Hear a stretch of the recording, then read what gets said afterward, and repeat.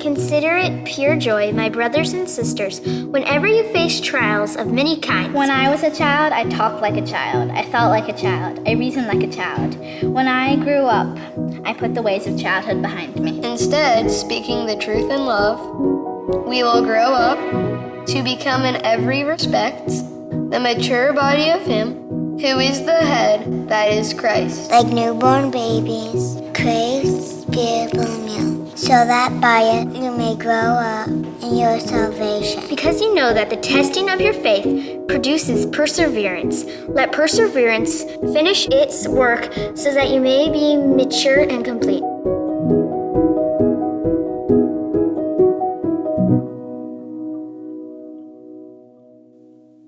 Hey, thank you so much for joining us. We are this week finishing up this series called Faith for Grownups. And we've spent the last several weeks talking about what faith is. And what we've said is that more important than understanding the concept of faith is understanding the object of our faith. Because ultimately, faith is a relational term. It literally means to trust. And so what really defines our faith is the object of what our faith is in. It's the object of our trust. And in some sense, we're all trusting something or someone. We have faith in something or someone to bring us happiness, to bring us joy, to bring us significance, to bring us completeness, to bring us meaning. That object of our faith, that person or that thing that we have placed our trust in, that's really what defines our faith. And so with that understanding, with that relational understanding of faith in mind, here's how we define specifically Christian faith. Faith is living as if Jesus is who He said He is. So within the Christian tradition, Jesus, who is God in the flesh, is the object of our faith. And so the way we live lives of faith is we live a life as if Jesus is who He said He is. Christianity all centers around the person of Jesus, who Jesus is and what Jesus did, and everything else flows out of that. Everything comes out of that. Now, a few weeks ago, if you were with us, I made a statement, and I want to share it again because I think it's important when it comes to our faith, when it comes to our faith formation. And here's what I said. So what forms us is what we give our attention to. And this actually, I didn't come up with this. This came from a guy named Richard Beck, who's a brilliant author and thinker and professor. But this gets to the heart of how faith grows and how faith develops. Because faith, because it's relational, it's not static. It's always changing.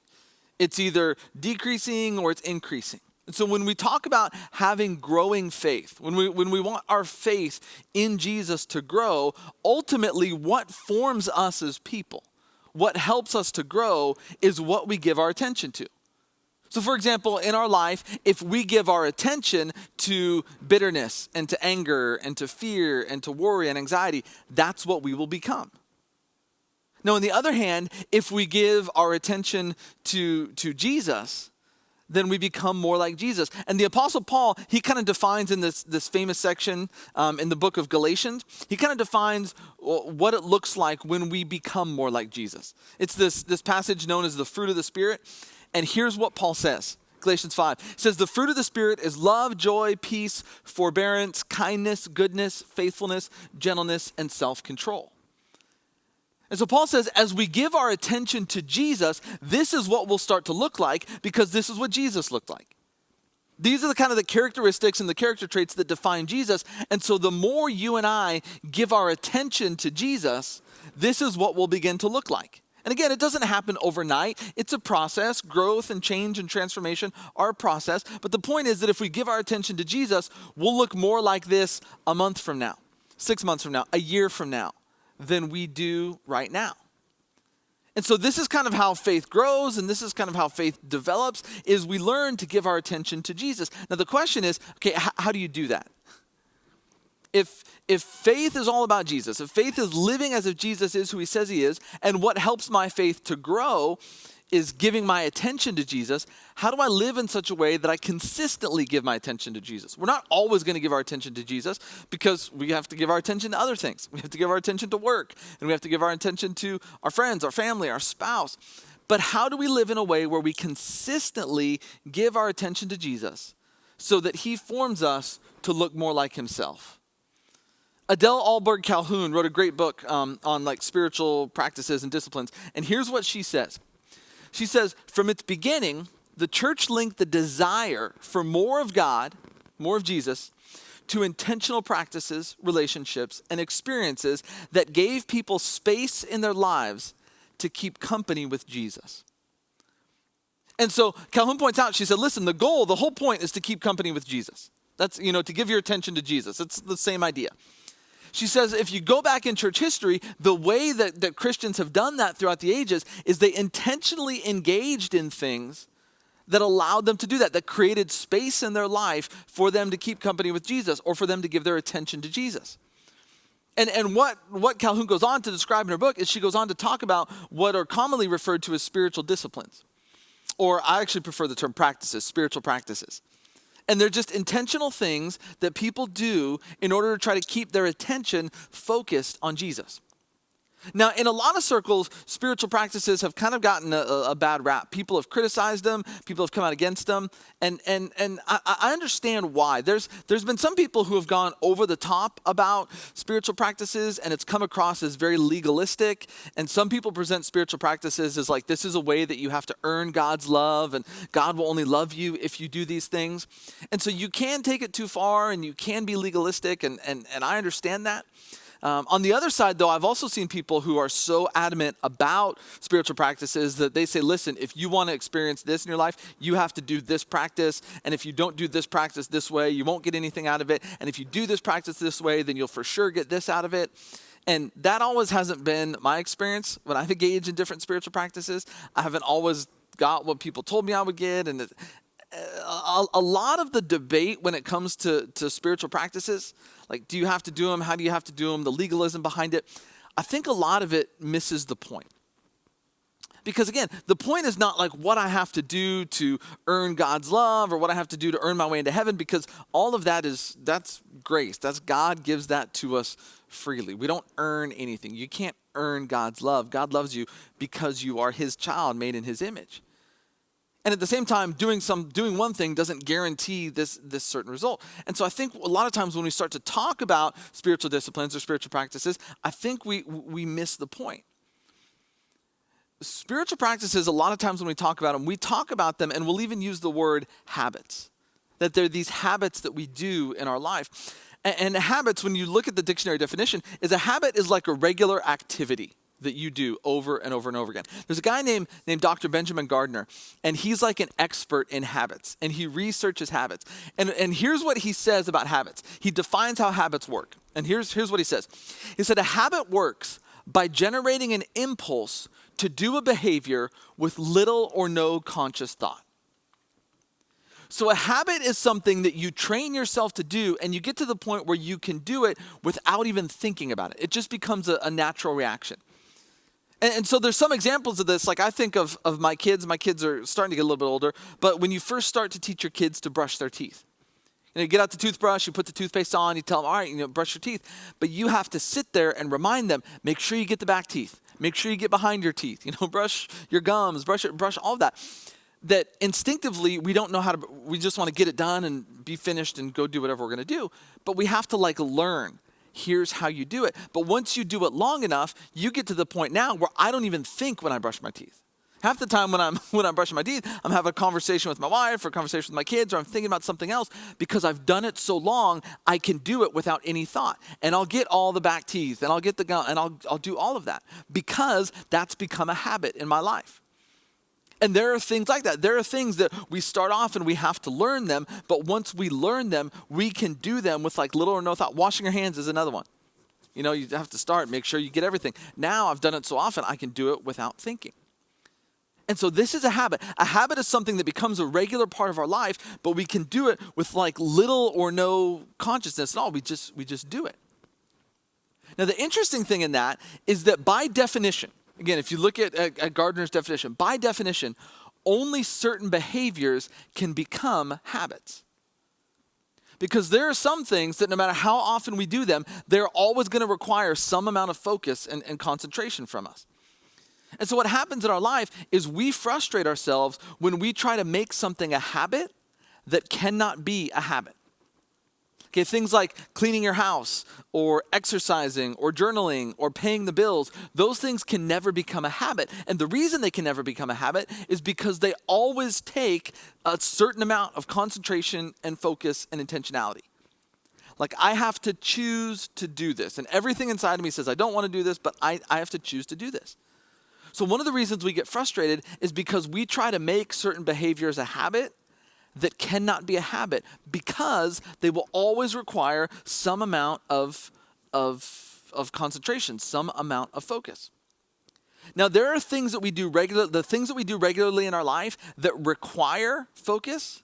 Those aren't habits. Those are really called routines or rhythms. A routine is a regular pattern of action. It's something that I do regularly, but it's something that takes effort. It's something that takes intentionality. And see, one of the big differences between habits and routines or rhythms is that habits are very difficult to skip. They're really difficult to skip because you're just so used to doing it, it just becomes natural. You do it without even thinking about it. It's very difficult to skip a habit. It is really easy to skip a routine or a rhythm. Because again, it requires that intentionality, it requires focus. That's why we get up and it's like, I'm not going to exercise today, or I'm not going to do this today, or I'm not going to do that. Because even though it's something regular that we do every day, every week, every month, every year, whatever it is, it still takes a certain amount of focus. See, we train ourselves effortlessly to do habits. But routines or rhythms always takes effort. When you look through the life of Jesus, Jesus had some routines that he followed pretty regularly. And I call them routines because they took effort from him. Luke 5:16 says this. It says, but Jesus often withdrew to lonely places and prayed. So Jesus had this routine that he would go off by himself and he would spend time in prayer. But it was a routine, it wasn't a habit because it took effort from Jesus. I mean, he had to go out of his way to ensure that he could do this. Mark, in his account of the life of Jesus, kind of describes in more detail how Jesus would go about accomplishing this rhythm. Very early in the morning, while it was still dark, Jesus got up and left the house and went off to a solitary place where he prayed. Simon and his companions went to look for him, and when they found him, they exclaimed, "Everyone is looking for you." So Jesus, in order to have this time where he could go off and he could pray, it took some work. One, because everyone's looking for him. So there's those distractions that everybody wants something from him and everybody needs him. And so if he's going to live by this routine, he's got to get up really early in the morning while it's still dark. Everyone else is asleep, everyone else is hanging out, but Jesus gets up and he has to go off and he has to find a solitary place. He knows he can't do it where he's at, he's got to go out. So for Jesus to live by this rhythm, it takes effort and it takes work on his part, but it's a priority. Spending time in prayer is a priority for Jesus, and so he's willing to put in the effort in order to make this a regular rhythm in his life. See, when you talk about spiritual practices, this is what spiritual practices are. Spiritual practices are routines that help us consistently connect with God. They're rhythms that we live in that help create the space so that we can keep our attention on Jesus. And the thing, again, about spiritual practices, about these rhythms that we live in, is they're never going to be easy because they're never going to become a habit. It's always going to take intentionality. It's always going to take effort. Now, I'm not saying it doesn't get easier. It does get easier and it becomes more natural, but it never becomes a habit. It always takes effort on our part. It always takes concentration. It always takes focus. If we want to live in the presence of Jesus, and if we want to continually place our attention on him so that he forms us to become more like himself, then we have to learn to live in rhythms, in routines that will foster that. Last week, Stephen did a great job talking about some of the rhythms that we would call like communal rhythms. Some of the things that we do communally as a church with other followers of Jesus. today, I want to talk about like personal rhythms that we live in and understand that it's not one or the other, it's both. We need communal rhythms, we need personal rhythms. So if you didn't watch Stephen, please go back and do that. Did an amazing job. But today I want to focus on what are some of the personal rhythms. And just so you know, I'm going to go through a lot of stuff, and I know some of you like to take notes and write things down. Everything I'm going to say up here, we have put together a PDF that has all this stuff on our website, and I'll tell you where to get it in a little bit. And it's in more detail on the website than it is here. So don't worry if you didn't write something down. I'll tell you how to get it, and you can get all of that and more information. But I want to walk us through what I think are like four areas that if we can start to develop rhythms, and maybe even just one or two of these, it can start to make a huge impact. But before we get into those, I want to make something like really, really clear, and this is really important. This seems like really simple, but it's really important. Adela Alber-Calhoun, in her book, she says something else that's very, very powerful, and here's what she says. She says, spiritual formation is not a one-size-fits-all program.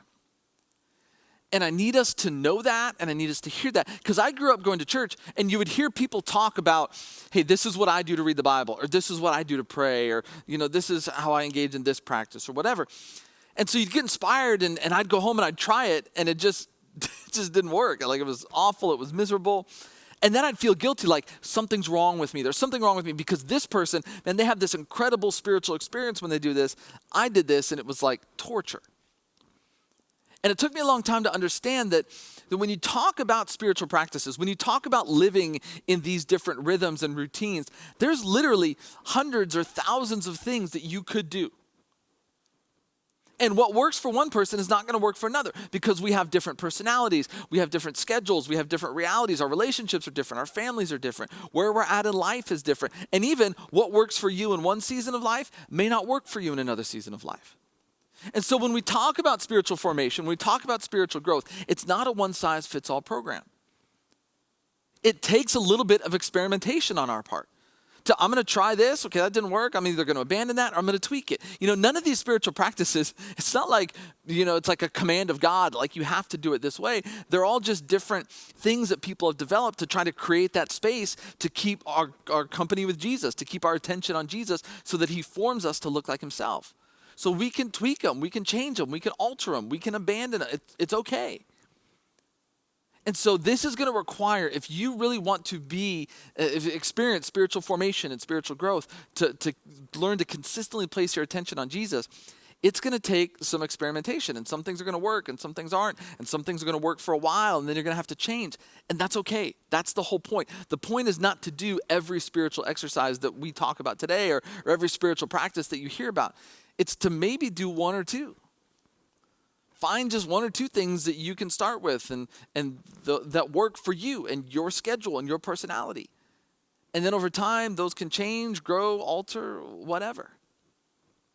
Like I said, today, I want to share with you just real quick, just 4 areas that I think if we can start to live in certain rhythms, if we can find a rhythm that revolves around these areas, it can start to make a huge impact in terms of our own spiritual growth and our own spiritual formation. And so here, I'll put the 4 areas up here. Here they are. One has to do with the Bible, which is an important part of Christian faith. The other is prayer, which has to do with talking to God. The other is rest, which I think is huge for us. And the last one is generosity. And again, there are spiritual practices that fall under a variety of areas. But I really think if we can start with just like maybe 1 or 2 of these things, I mean, if we can ultimately develop routines in all 4 of these, this will be huge for our spiritual formation, our spiritual growth. But even if we can just start with one. And so what I want to do is each of these areas, I want to just look at each one really, really briefly and give you like just a couple of suggestions of, hey, here's something you might try in this particular area. And again, everything I'm going to share, it's up on our website in a PDF. Don't worry about taking notes because I'm going to walk through it really fast. But this is just kind of share with you, give you maybe a little bit of idea. The first one is the Bible. And the Bible is central to Christian faith. It centers around the climax of the biblical story is the person of Jesus and his death and resurrection. The first part of the Bible is the story of Israel that leads up to Jesus. And then, after Jesus is kind of, hey, because of Jesus, here's how life is different. Here's how the world is different. So it all centers on Jesus and what God did through Jesus, even though the story is bigger and more than that. But the Bible is central to Christian faith. And I would even say that it's central to Christian spiritual formation. But I want us to understand there's a difference between reading the Bible, like I would almost say academically, and then reading the Bible for spiritual formation. Because a lot of us, our natural reaction when we read the Bible is to almost read it in like an academic sense.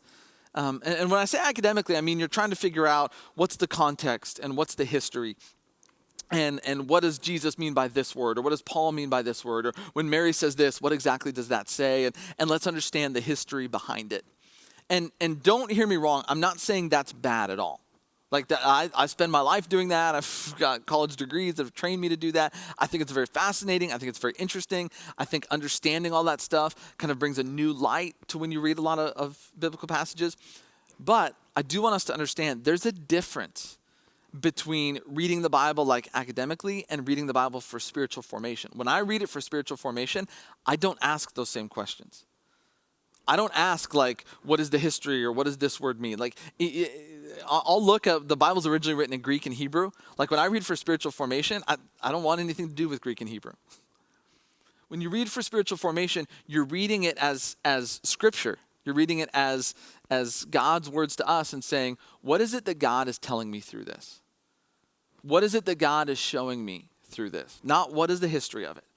And so there's different routines, there's different rhythms, there's different practices that people have developed. Here's a few that I think are really good. This first one I actually just heard about a couple of weeks ago. It was on a podcast with Rick Warren, the pastor at Saddleback. And he was kind of sharing this as his routine. I thought it was brilliant.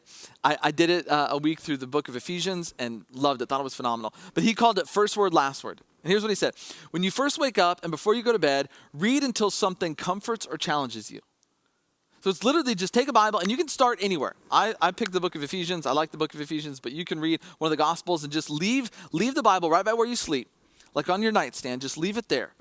And when you first wake up in the morning, pick it up and read until something comforts or challenges you. You may only read one verse. You may read a chapter. I read the book of Ephesians in like a week, and it's not a super long book, so I was maybe averaging 10 minutes a day or so, maybe even less, 5 minutes a day. And so you read until something comforts or challenges you. Because then what happens is throughout the day, you constantly go back to that idea. Because whatever comforts or challenges you, that's what like speaks and forms your soul. So read till you get something and then put it down, and then you can just kind of spend the day throughout the day reflecting back on that. Oh, this, what does this mean? Or what is God trying to tell me? Or kind of ruminating on that truth. And then again, you can do the same thing before you go to bed at night. Pick it up again and start reading from right where you left off. Read till something comforts you so that as you fall asleep, you're thinking about that. So it's a great way throughout the day, and even as you're unwinding at night, to put your attention on whatever it is God is telling you in Scripture. The next one is a kind of a famous practice called Lectio Divina. And in Lectio Divina, you read a passage through twice and notice what jumps out or draws your attention, and then contemplate what that means. And so you just read it through and you look for, hey, what's the phrase? What's the word that kind of jumps out at me? And when it jumps out at me, I had a professor in college who used to talk about, see what shimmers or shines. And then think about that and reflect on that. What does that mean? What does that mean for me? What does that mean for the world? The last one is a fun thing too. It's actually, the full name of it is Ignatian Gospel Contemplation. It's from St. Ignatius. And the point of gospel contemplation is to imagine yourself in the story as a character or an observer. So literally, to the best you can, place yourself in the story as one of the characters, usually not Jesus, but one of the other characters, or even just someone who's part of the crowd, and like really try to imagine, what do you see? Like, what does it smell like? What's the environment like? What do you hear? Like, use all of your senses to try to imagine yourself in that moment and what it's like to be there and to experience that. And so these are a few that I think are great ideas when it comes to how do we read the Bible specifically for spiritual growth and spiritual formation, looking at like, hey, what is God telling me? What is God wanting to share with me through these passages of Scripture? Now, the next category is prayer. And prayer is a category that's difficult for a lot of people, myself included. Because sometimes we just think like, I'm not very good at praying. I've met people that when they pray, it's like powerful when they pray. And I just sit there and go, I don't think I pray very well. And if that's you, you're not alone, because even Jesus' followers recognized that when he prayed, it was different than when they prayed. So they went up to him at one point and said, Jesus, teach us how to pray, because you do this different. You do it better. I want to do it like you. There's a guy named Brother Lawrence he wrote this great book called The Practice of the Presence of God. It was about learning to live in God's presence all the time. And he talks about prayer, and he says that he never thought he was a very good prayer. So he just decided to start being bad at it. Because sometimes we think, I'll wait till I get good and then I'll start. But Brother Lawrence was like, no, I'm bad, so I'm just going to start being bad. And then hopefully through my badness, I'll get good one day. And so the thing about prayer is there's no magic formula. There's no right or wrong way to do it. You just have to start doing it. And over time, it becomes easier and it grows and becomes more natural and it develops. Here's a couple of prayer practices that maybe you can use to get you started. The first is called breath prayer. Sometimes it's called the Jesus prayer. And it's literally just you slow your breathing, because we move in such fast pace. You slow your breathing and you repeat the phrase, Jesus Christ, Son of God, have mercy on me. Which comes out of the story in Jesus' life where this guy calls out to him. And so literally you just take a moment and you stop, like you slow your breathing. And you just concentrate on breathing in and out and you just repeat that. You can say it out loud if you want. You can say it in your mind. Jesus Christ, Son of God, have mercy on me. And you just keep repeating that over and over again. And it literally, when I do it, like it's calming and it calms you and it places you in the presence and puts your attention on Jesus. Another prayer practice is thankfulness prayer. And this is literally what it sounds like. You just pray for things you're thankful for. And this is what's cool about thankfulness prayer, is it draws our attention to what we do and have and where God is working in the world so we can join him. See, so much of our lives is like jealousy and envy, and we focus on what we don't have. And living in a consumer culture, we're constantly bombarded with messages of you need this, you need this, you need this. And so we constantly have this desire inside of us to get more. But when you pray from a place of thankfulness, and you're going to stop and say, no, you know what? I'm gonna just focus on what I have, the things that I have. It makes you realize like what God has done for you and all the things that you do have. It brings about this sense of contentment, and it also begins to open our minds and our eyes to where God is working in the world. Like, okay, maybe I don't have this, and maybe this area isn't going well in my life, but you know what? This area is. And this is actually really cool, and God is doing really great things here. And so spending time just praying for what we're thankful for actually brings a lot of peace and a lot of contentment. It keeps our focus on where God is. The last one in prayer is another one that comes from St. Ignatius. That's the Ignatian Examen, prayer of Examen. And what you do is you review the last 24 hours, noting when you felt God's presence and when you experienced his absence. Pay attention to your feelings. And so again, the point of the examen is not to like go through hour by hour and say at 11:30 I did this, at 12 I did this, at 1 I did this. But it's just to kind of reflect over the last 24 hours and just say, hey, where during that time, where did I feel God's presence? Where did maybe I resist God's presence? And to spend time kind of reflecting and praying on that. It's just, again, I think reflecting back is huge when it comes to our spiritual growth and spiritual formation. And so that's what the whole prayer of examen's about. But it's not about getting stuck there. It's just about reflecting and learning from that as we move forward. The next area I think is an important one is rest. We live in like a super fast-paced, like hectic culture and society where we're always thinking about what's the next thing I have to do and what's the next thing I have to do and what's next and what's next. In the first part of the Bible, the Old Testament, God commands the people of Israel to observe a Sabbath. And Sabbath was a day of rest. It was a day that was unlike all the other days. On the day of rest, you set that day aside to rest and you took time off from work. And there's multiple reasons for that, but part of it was just to remind yourself that I don't make the world go round.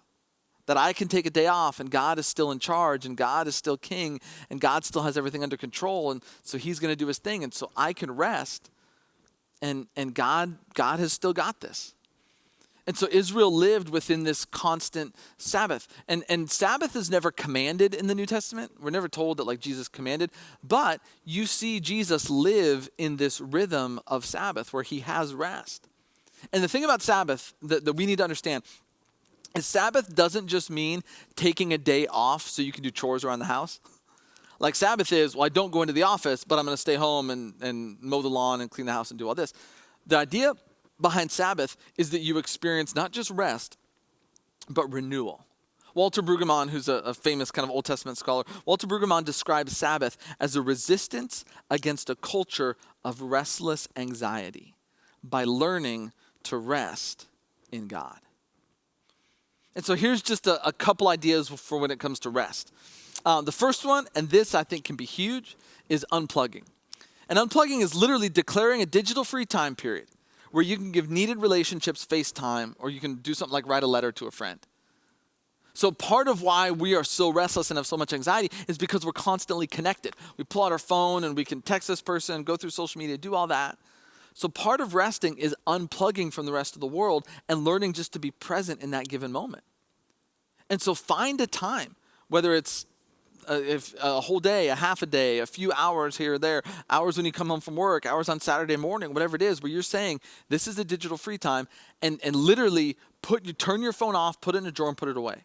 And for that given time, you are not going to pick that thing up. You're not going to think about it. You're not going to look about it. You are going to spend FaceTime with your spouse, your friends, your family, your kids, write someone a letter, do whatever you want to do. But just have it not be connected. The next one is to actually practice a time of Sabbath. Plan a day focused on refreshment, renewal, and relationships. Consider things that will nourish you and plan them throughout the day. So again, it's not just a day off so you can do chores on the house. It's a day so you can experience renewal. Now, I want to say something, and this is, I think, really important. Because Sabbath falls under like a lot of what we would call like self-care. And that's like a big thing now. Like, oh, I'm doing self-care. Self-care is very, very important. But I do want us to understand there's a difference between self-care and self-indulgence. Sometimes people do things, and it's like, oh, this is self-care. And it's like, no, that's just self-indulgence. There is a difference between those two things.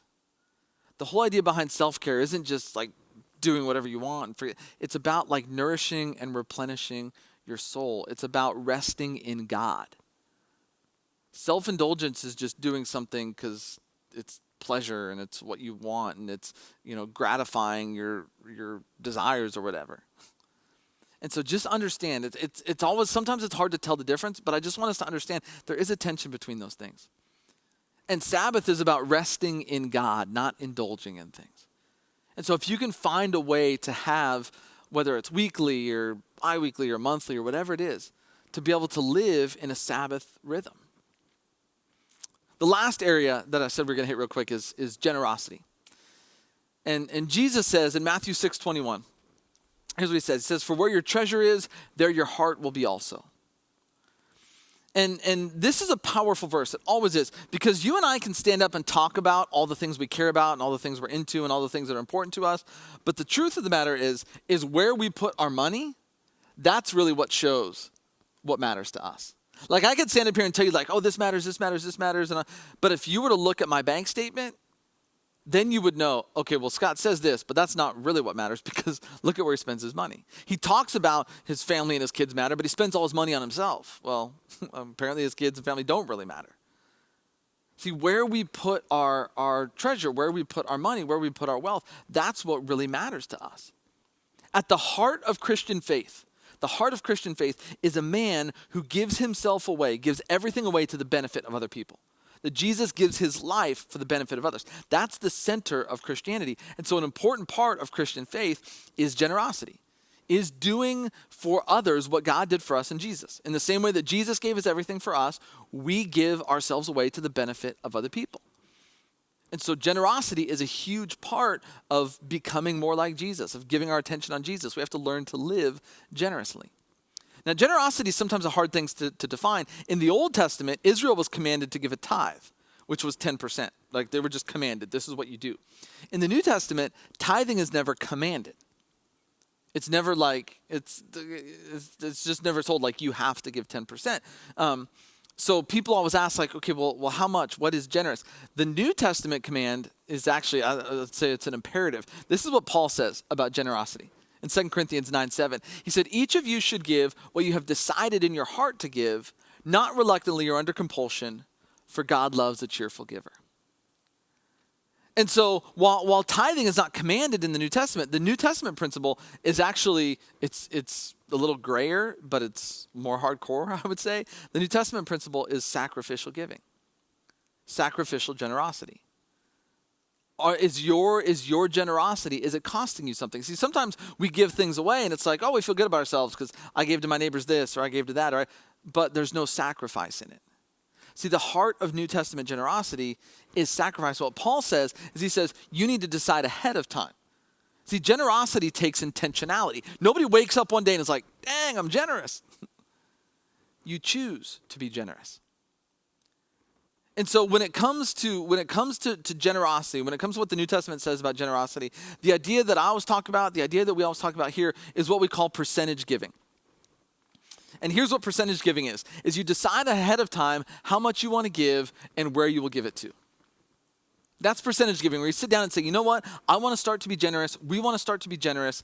And so what's the percentage we're going to set aside, and let's do that. And so like, I'll tell you for Linda and I, 10% is a generous number. And so I think that's a good number to aim for. Linda and I, over time, we didn't start with 10%. We were well below that, but it kind of grew over time, and now we're just over 10% is what we give. And so when it comes to percentage giving, if you want to start to live in this rhythm of generosity, you may look at it and go, you know what, I can't start with 10%. I just can't. Where we're at, okay, so start with something else. 7%, 6%, 2%. Start with what you can, and then let it grow over time. And so maybe you're already giving, but maybe you need to sit down and think, well, can I increase that 1%? Maybe I can move it up. Because living in generosity is a way that we keep our attention focused on Jesus, and he forms us. And I can tell you, like giving, percentage giving, when you start to take this seriously, that will transform your heart and your mind drastically. Maybe more than, at least quicker, in a quicker way, it'll transform you more than probably all these other things. And so again, these four areas that we talked about today, the Bible and prayer and rest and generosity, these are areas that I think are just kind of core and important, that if we could develop rhythms in each of these, make a huge difference in our spiritual formation, our spiritual growth. There are tons of others. And there's people who do write books about spiritual practices. You can probably find YouTube videos. You can find courses you can take. You could probably find like TED Talk type things. Like I said, all of these that we went over today, we put them up on our website with more detail. So you can go, I'll give you the website here, fcchb.com/personal growth. You can just enter that, or if you go to our webpage, you can kind of navigate there's like a menu at the top. But you can go there, and everything that we talked about today, there's a PDF on there that you can download that has all the stuff we talked about in even more detail. And it'll walk you through, and you can try it, and you can kind of, mess around with them and tweak them and do whatever you want. And again, the point is not to go home and try to do all of these. Try one. Try one that you've never done before. You may have a rhythm in something else. You may have a prayer rhythm or a Bible rhythm or a generosity rhythm. Well, try something else. Do something else. Because here's what I want you to do. This is an image that someone kind of shared with me recently, and it was really helpful to me. When you think about all of these different spiritual practices that you can do, I want you to think of them like lanes on a highway, lanes on a freeway. Okay, because when you're on a freeway and you're going somewhere, all of these lanes are going to the same destination. They're all going in the same destination. They're all going in the same direction. But from time to time, you may need to switch lanes, right? Maybe you get stuck behind a truck and you don't want to be behind a truck because they go slow, so you get over into the next lane. Or maybe your lane's going slow or your lane's going too fast and you're not comfortable, and so you want to get over from one lane to the next. Changing lanes doesn't change your direction. It doesn't change your destination. And so think of all of these different practices as like different lanes. They're different lanes. They're all going in the same direction. And maybe what you need to get to your destination faster or to get to your destination safer or whatever, maybe you just need to change lanes. Just, hey, change it. Try something new. You're still going in the same direction. But for whatever reason, maybe this lane's not working for you, so you got to do this one. So one's not better than the other, one's not worse than the other. There's not a hierarchy of this. It's all about, again, it's about finding what works for you. And as long as we're moving forward, as long as we're moving toward the goal, toward the destination, we can change those lanes. As long as we keep moving. And so I want to encourage you this week to try one new thing. And even if you go through our list and like, man, I didn't find anything there, Google it. Google spiritual practices. Buy a book on spiritual practices. There's all kinds of information out there. And again, you don't have to do it the way somebody tells you. Tweak it a little bit. Find the way that works for you. And start to do one thing. And when you start to do that one thing, you start to keep your attention on Jesus. And you'll notice that your faith will begin to grow. And you'll begin to transform. And you'll begin to look different. But here's what I want you to remember. Sometimes people get excited about the idea of transformation, because it's like we want to change, because we're so frustrated with ourselves that we want to change. And some of us even sitting here now are going, yes, if this is what I have to do to change, then I'll do whatever I have to do to change, because I don't want to be who I am. I want to save my marriage. I want to save my family. But here's the one thing I want to remind you, and this is really, really important. You don't want to engage in spiritual practices with the goal of transformation. And here's why. Because if you go into a spiritual practice with the goal of like, I want to be changed, then what happens is you're going into that experience with an agenda. Because you're saying, God, I'm going to put my attention on you. Jesus, I'm going to put my attention on you. And when I do, here's what I want you to do in my life. I want you to make it so I'm not as angry, so I'm not as bitter, so I'm more loving, so I'm more kind. And if you go into an encounter with God with an agenda, more often than not, you will be disappointed. Because God a lot of times doesn't do what we want him to do, or doesn't do what we think he should do. The reason that you engage in spiritual practices is to draw near to God. That's it. That's the motivation. Why do we engage in spiritual practices? To keep company with Jesus, to keep our attention on Jesus. And then when we keep our attention on Jesus, in that moment, then he does something, and the result is transformation. But don't have transformation be the goal, because if you do, you will miss out. The goal is to be with Jesus. And the result of that is growth and change and transformation. Now, before I pray, I know there's some of us out there that we're new to this whole faith thing, we're new to this whole Jesus thing, and we're excited about it, and maybe even as we sit up here and we talk about like, man, that's great, like read the Bible. Maybe you don't even have a Bible. Or maybe you have a Bible that's so old, you're like, I don't even know if this is a good Bible. We have Bibles that we have. They're nice, they're cool Bibles. They're like these leather Bibles that we had bound with our logo on them. And if you don't have a Bible, we would love to send you one. So all you have to do is, if you want to get a Bible, is just text your name. Text your first name to this number, 714-623-7323. And sometime over the next couple of days, one of our staff members will call you and we'll send you a Bible. We'll just send it to you. It's free. It's for you if you don't have one.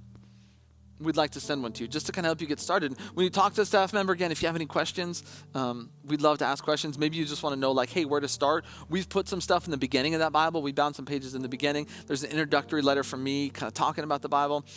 There's reading plans in there and some other resources, but we'd also be happy to answer some questions. So if you would like to get a Bible because you don't have one, please text your name to this number, and we'll send it to you.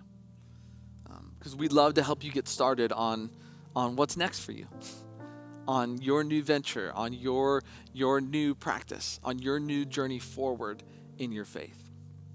Let me pray. Father, I thank you so much for your love for us. God, I thank you that as people, we can enter into your presence, that we can live in connection with you, that we can place our attention on you, and that you will meet us in those moments. God, even though as people we're not perfect, even though as people we're broken, even though as people we make mistakes, God, you choose to engage with us and to be with us and to meet with us. And God, through that time that we spend together, there is change and there is transformation and there is growth. Father, I pray that you would help each of us here to understand that the pursuit of faith isn't a pursuit of anything other than you. Faith, Christian faith, is about pursuing you and keeping our attention focused on you. And when we do that, God, there's all kinds of amazing things that happen in our life. There's change, there's transformation, there's growth, there's healing. But all of those things, God, all of those things are just the overflow. They're just the result of us being with you. So God, help us to always keep you as the focus. That the reason we engage in these practices is not to earn something, it's not to get something, it's to learn to consistently live with you. And then God, the fruit that you produce through that will just be a bonus, be a huge bonus. Father, we love you so much. We thank you. We pray all of this in Jesus' name.